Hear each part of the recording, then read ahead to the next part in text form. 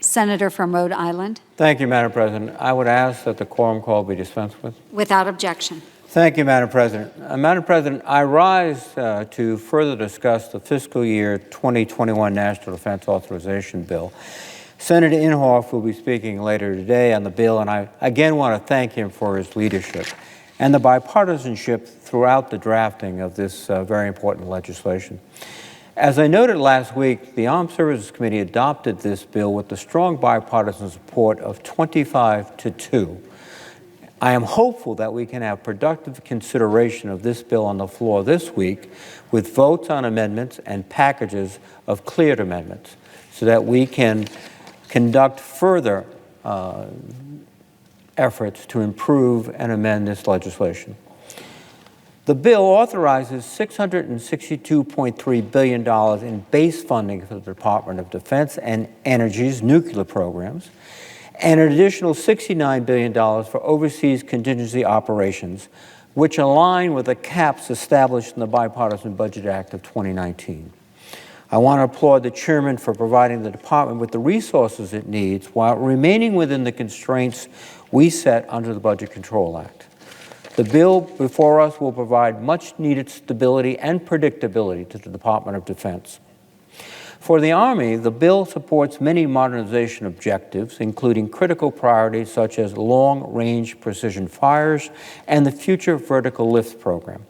It also fully funds critical legacy platforms such as the M1 Abrams tank that the Army needs until new systems are fielded in the future. Further, the bill includes resources for active protection systems for combat vehicles, as well as additional funding to support the Army's multi-domain task force, which is critical to the Army's efforts in the Pacific. For the Navy and Marine Corps, the bill would add roughly $900 million to authorize a number of unfunded priorities identified by the Chief of Naval Operations and the Commandant.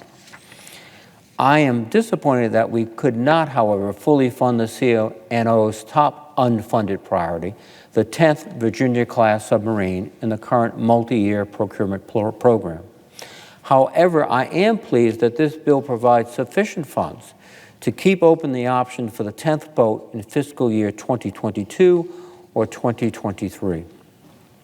It also mandates changes in the oversight and execution of shipbuilding and unmanned systems development programs, changes that should help instill more rigor and discipline within the Navy.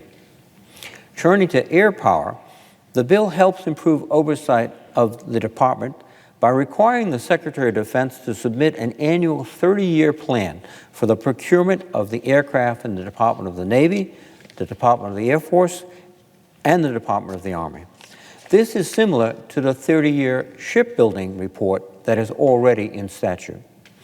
The bill also supports the Department's efforts to achieve reduced operating and support costs of the F-35 program, and perhaps motivates the Department to lower costs in other weapon systems overall, which will be a critical factor going forward. In the area of special operations, our forces remain heavily engaged around the world, and I am pleased that the bill authorizes the funding at the requested level of $13 billion, including increased funding for high-priority requirements identified by the commander of U.S. Special Operations Command, necessary to reconstitute capabilities lost in combat over the past several years. Further, the bill also includes provisions designed to enable the Assistant Secretary for Special Operations and Low-Intensity Conflict to more effectively fulfill advocacy and oversight responsibilities with regard to the Special Operations Forces. Turning to personnel matters, the bill authorizes the active and reserve component end strengths necessary to meet national defense objectives, provides a 3% pay raise for the troops, and reauthorizes a number of bonus, special, and incentive pay authorities necessary to recruit and retain the highest quality individuals for military service. Further, the bill includes a number of additional provisions that support quality of life for our military personnel. It authorizes $75 million for the services to conduct better oversight of privatized housing and hire more staff in the housing arena. It also requires the Department of Defense Inspector General to conduct an audit of the medical conditions of service members and their families who lived in unhealthy military privatized housing. I'm particularly pleased that this bill authorizes $50 million for supplemental impact aid and $20 million in impact aid for severely disabled military children, and it rejects the proposal by the Department to cut 172 teachers from DoD schools. In addition, the bill includes a provision sponsored by Senator Gillibrand, which would allow victims of sexual assault to report incidents without fear of being disciplined for minor misconduct that was collateral to the sexual assault. It further includes a provision to improve the tracking and response to child abuse on military installations. Turning to readiness, the bill authorizes an additional $79 million in Army operations and maintenance to replace Child Development Center playground equipment, which will address safety issues. And it provides an additional $47 million in Army operations and maintenance for 6 key Child Youth Service Program improvements across multiple installations. To help counter the effects of climate change, the bill authorizes $50 million in planning and design for military installation resilience for climate change adaptation projects. It also adds $8 million to the Navy's direct air capture and seawater carbon capture program. To reduce fuel use, the bill adds $65 million to the Operational Energy Capability Improvement Fund to pursue promising innovations to weapon platforms like hybrid electric drive for ships or improved turbine engines for aircraft that improve combat capability with less fuel. The bill also increases Air Force operational energy programs which reduce fuel, such as using smaller fins and streamlining the C-130 fuselage. I am disappointed, however, that the committee did not accept an amendment offered by Senator Shaheen, which would have deemed the chemicals PFAS and PFOA as hazardous and a pollutant or contaminant under DoD environmental restoration programs. Elevated levels of PFAS, a class of man-made chemicals that have been manufactured since the 1950s, may be contaminating drinking water in 33 states nationwide, including my state of Rhode Island. PFAS has been linked to a variety of cancers, weakened immunity, and other serious health problems. Senator Shaheen's amendment would have also codified Secretary Esper's PFAS task force, required blood testing of PFAS in service members and their dependents as part of their existing annual checkups, stopped incineration of PFAS substances by DoD until final guidance following EPA rules are published, reported on remaining installations not yet tested for PFAS and all DoD locations of PFAS incinerations, and also added $25 million in O&M for Air Force environmental restoration. And I will continue to work with Senator Shaheen and other colleagues to gain acceptance of this legislation. I think it's vitally important that we do so as we debate this bill on the floor. In the area of science and technology, I am pleased that the bill increases funding for important research activities and includes provisions to support Pentagon efforts to develop and deploy artificial intelligence, quantum computing, and emerging biotechnologies to protect our national security. It also includes several provisions that continue our efforts to reform antiquated Pentagon procurement practices and strengthen our domestic manufacturing and industrial base, including in critical sectors such as microelectronics, pharmaceuticals, and rare earth minerals and materials. In the area of spectrum management, this bill includes a provision sponsored by Senator Wicker, along with Chairman Inhofe, Senator Cantwell, and myself. I'm pleased that the provision's inclusion, which would aid development of a common database to allow executive branch agencies to share finite spectrum resources efficiently. This is an example of bipartisan work between two important committees, the Armed Services Committee and the Commerce Committee, and I hope we can continue to build upon it. Turning to cybersecurity, I'm pleased that this bill adopts 11 of the recommendations from the Cyberspace Solarium Commission, which was co-chaired by Senator King, And I want to commend Senator King on extraordinary work. His insight, his ability to work with others, his grasp of not only the present situation, but what's emerging quickly in the future is extraordinarily commendable. He's done a remarkable job. The Commission took on a tough issue and did a very, very thorough job.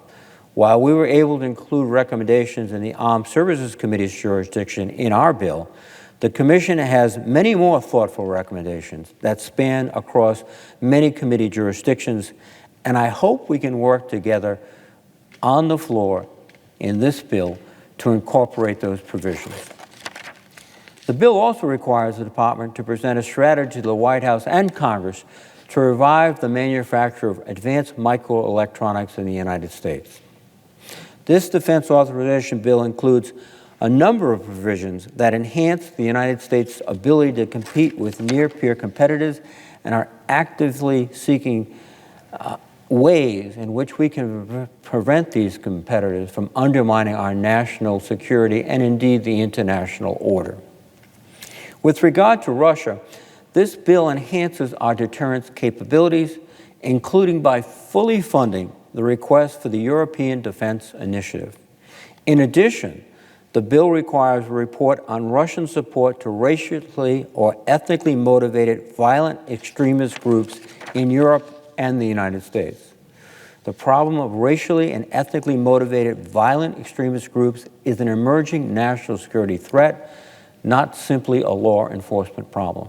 As Russia and Russian agents or entities are working to advance Russian strategic objectives by co-opting, supporting, and amplifying these groups to sow divisions and threaten our democratic institutions.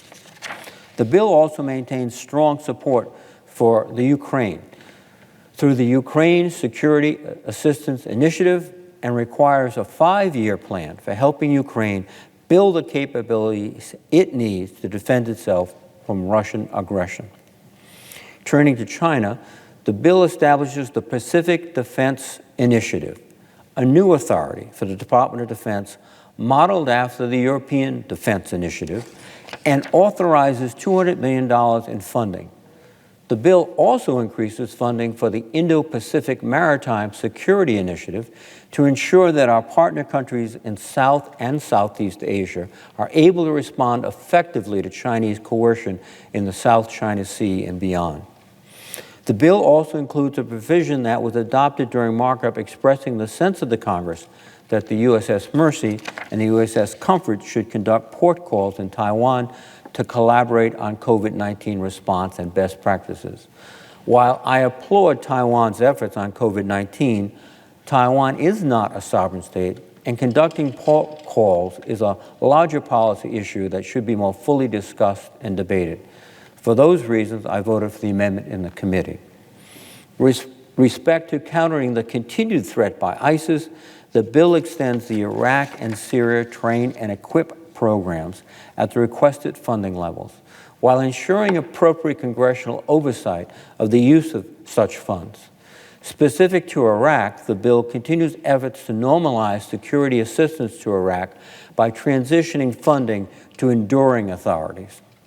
For Afghanistan, the bill extends the authority to train and equip Afghan security forces at the requested funding level and enhances congressional oversight of such funds. It requires an assessment of the progress made on issues such as anti-corruption, recruitment and retention of security forces, and commitments made by the Afghan government in support of peace negotiations. It also includes a specific reporting requirement should the department elect to withdraw any security assistance to Afghanistan. In addition, the bill includes a sent to the Senate provision, which I was proud to co-sponsor, expressing concern that a precipitous withdrawal of U.S. military, diplomatic, and intelligence personnel from Afghanistan without effective countervailing efforts to secure gains in Afghanistan may allow violent extremist groups to regenerate. These conditions would threaten the security of the Afghan people and create a security vacuum that could destabilize the region and provide ample safe havens for extremist groups seeking to conduct external attacks. It also requires a report on current and projected threats to the United States homeland and that of our allies emanating from Afghanistan. Further, the bill includes a provision sponsored by Senator Shaheen to refine and clarify expectations for the Department on the implementation of the Women, Peace, and Security Act, which was adopted by unanimous consent during the committee's markup. Turning to nuclear testing, I have concerns about the addition of a provision sponsored by Senator Cotton, which holds $10 million to cover costs of reducing the time to conduct necessary tests if they are deemed necessary. The United States has not conducted a nuclear test since 1992. Each year, the 3 lab directors of our national laboratories give a written assessment of the stockpile and whether it needs testing. For 22 years, they have said weapons do not need to be tested as long as we continue the stockpile stewardship program. In addition, it would realistically take over 2 years and hundreds of millions of dollars to actually be ready for a test. I don't believe we should be signaling that the nation is considering doing this testing without a full debate and lengthy debate of this issue by the Congress, and that was one of the reasons I opposed the amendment. Now, for 18 years, the Senate Armed Services Committee has honestly struggled over the Defense Department's detainee policy, particularly regarding the detainees at Guantanamo Bay. For many years, the policy has remained unchanged. But for the past several years, the committee has annually adopted an amendment in markup that would allow detainees to be transferred to the United States for emergency medical treatment and then returned to the detention facility at Guantanamo. This is an aging population of detainees, and there are certain conditions that cannot be treated at Guantanamo. And moving all the medical equipment and especially doctors to Guantanamo would be cost prohibitive. However, I was very disappointed that this year the medical transfer amendment was defeated for the first time. Allowing detainees to be transferred to the United States for medical treatment is the most cost-effective and humane way forward to ensure we treat detainees with dignity and in accordance with our obligations under the Geneva Convention. This is a problem that is only to get more urgent as time passes, and I hope we can find a way forward on this issue. Finally, it is impossible to discuss this bill without discussing the many crises facing our nation. The crisis affecting every citizen is the exponential spread of COVID-19, and our military is not immune. As of today, 11,770 military personnel were infected. If you add in DoD families and civilians, the number is closer to 17,000. That number increased by over 1,500 individuals in the last 48 hours and continues to trend upwards. In the last 48 hours, 1,500 military personnel or family members have been affected by COVID-19. That is a startling growth in these cases. Our National Guard members are most heavily impacted because they are on the front lines of the pandemic. These infections affect the readiness of our force and their ability to train and deploy, and to do so without worrying about the health of their families. The administration's response to the pandemic has been woefully inadequate, and immediate steps must be taken to aid civilians and military personnel alike. Our nation has also been engulfed by protests over the senseless murders of George Floyd, Breonna Taylor, Rashad Brooks, and others at the hands of police officers and some civilians. These deaths magnify centuries of injustice and brutality against African Americans. These protests have been occurring across the country and have been overwhelmingly peaceful, although there have been isolated exceptions. Our nation is in pain, but rather than call for unity and calm, President Trump has threatened to deploy military troops against peaceful protesters. While the president does have the authority to call up military personnel under the Insurrection Act, it does not mean he should. It is used quite rarely as an exception to the broad principle embedded deeply in American democracy and history that the active armed forces should not be used to enforce state laws or to exercise police power reserved to the states unless absolutely necessary and as the very last resort. Therefore, I am pleased that this bill includes a provision that was overwhelmingly adopted during the markup to prohibit the use of DoD funds to take actions against U.S. citizens that would infringe on their First Amendment rights to assemble peacefully and to petition the government for redress of grievances. Senator Kaine of Virginia was instrumental in the passage of that bill, and Senator Blumenthal of Connecticut has additional legislation which is very much worthy of consideration. In addition, the bill includes an amendment adopted by voice vote that requires the Defense Department within 3 years to implement the recommendations of a commission on how to remove all names, symbols, displays, monuments, and paraphernalia from DoD assets that honor or commemorate the Confederacy, and such legislation is long overdue. Senior department officials have all indicated they're opening to changing these names. There is bipartisan cooperation in this issue. This is the right thing to do, and DoD needs to lead the way. To conclude, let me again commend Chairman Inhofe for his efforts in getting us to this point. Let me thank my colleagues on the committee especially for all their hard work on getting this bill out of the committee. I look forward to an open debate on the floor, voting on amendments, and getting this legislation passed. I look forward, in fact, to look back a bit to the days when that was a routine procedure, when our defense bill was a way in which many people from different committees and different aspects of the Senate could come forward, offer legislation. We could debate the legislation, vote, and then move forward, and at the end, have a piece of legislation that this entire Senate was extraordinarily proud of. And that is my hope, Madam President, for this year. And with that, I would thank you and yield the floor. And I would note the absence of a quorum. The clerk